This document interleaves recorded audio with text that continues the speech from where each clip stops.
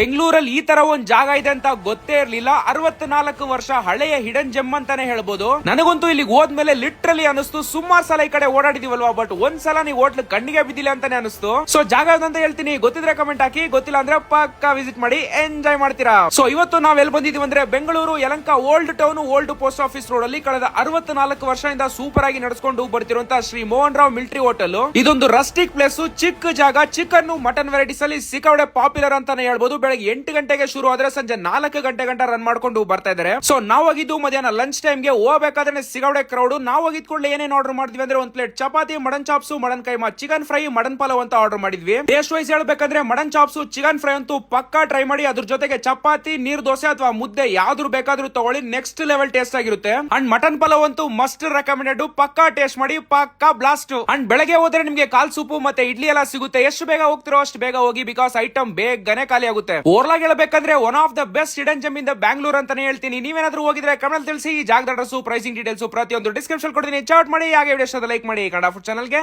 Follow ಮಾಡಿ.